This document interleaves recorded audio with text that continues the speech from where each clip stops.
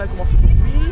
Comment ça démarre ces 3 jours? Ça démarre bien parce que le soleil est là, le vent chasse les nuages, donc chasse la pluie. C'était déjà le gros point noir du début de la semaine.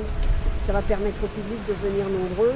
Les cavaliers, eux, sont nombreux, les épreuves sont complètes, on est même sur booking, si j'ose dire. Donc ça veut dire que les cavaliers jouent le jeu et ont envie d'être là. On répond présent. Quand vous dites sur booking, ça veut dire quoi? Ça veut dire qu'on a le nombre de partants par épreuve était limité à 90 et que certaines épreuves vont au-delà, dans la limite autorisée. On a envie de faire plaisir aux cavaliers, on aura 2 cavaliers olympiques qui sont là, il y a des gens à qui on ne s'est pas refusé la participation. Le prestige. Prestige. Alors c'était une grosse semaine là à Deauville, au niveau du cheval. C'était une très grosse semaine. La première partie de la semaine est dédiée aux jeunes chevaux du circuit SHF, 4 ans, 5 ans et 6 ans. On a eu plus de 1000 chevaux engagés. Et là, c'est réservé aux chevaux d'âge et avec une épreuve spécifique pour les chevaux de 7 ans qui sont dans la phase intermédiaire entre les jeunes et les vieux. Et en tout, on doit avoir à peu près 900 chevaux, 300 chevaux par jour. Et 60 partants dans le Grand Prix, ce qui est à la fois qui est très important parce que ça veut dire qu'il y a une très bonne réserve de bons cavaliers. Un gros plateau. Il y a un gros plateau et un plateau de qualité. Ça veut dire qu'on a beaucoup de bons cavaliers. C'est-à-dire, vous avez quelques noms? Vous allez avoir Patrice Delavaux, vous allez avoir Olivier Guillon, c'est quand même 2 cavaliers de l'équipe olympique.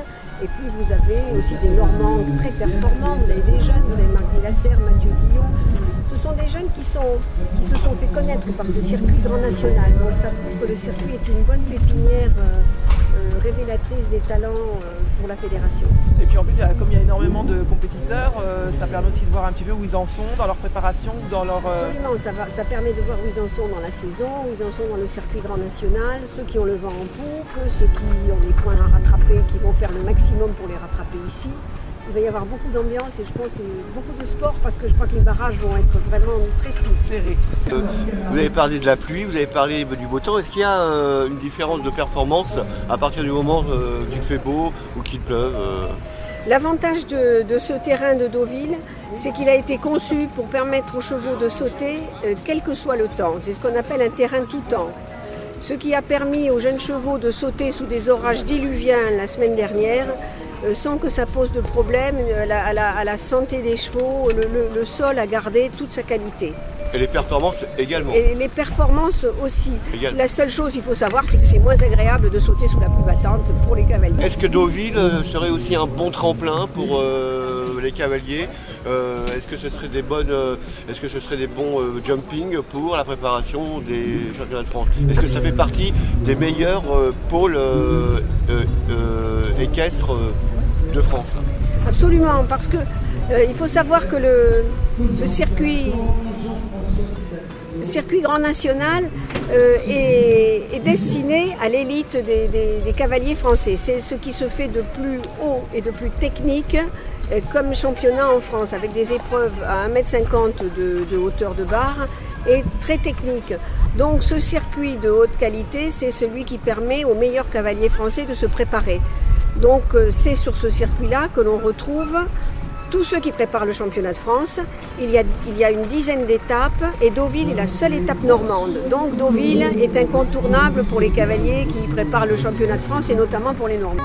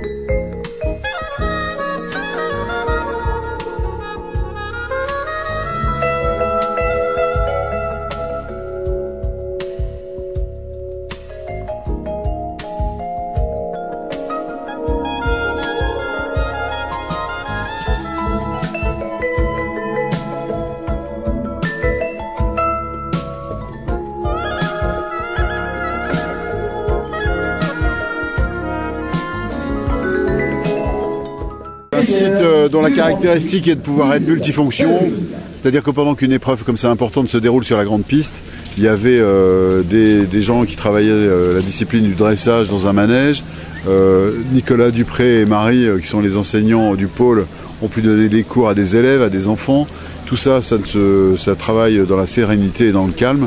Et c'est quelque chose qui est intéressant à noter. C'est effectivement le caractère pluridisciplinaire du pôle et la possibilité pour ce site d'accueillir plusieurs activités en même temps.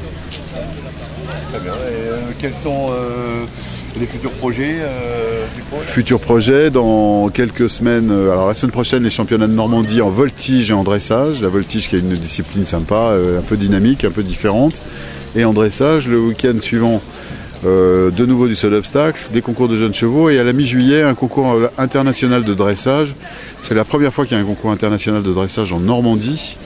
Et la caractéristique de ce concours, c'est que le jury des Jeux Olympiques de Londres a bien voulu s'arrêter par Deauville auparavant, avant d'aller sur la route de Londres, ce qui permettra à des cavaliers qui ne seront pas aux Jeux Olympiques d'être jugés par les juges des Jeux Olympiques.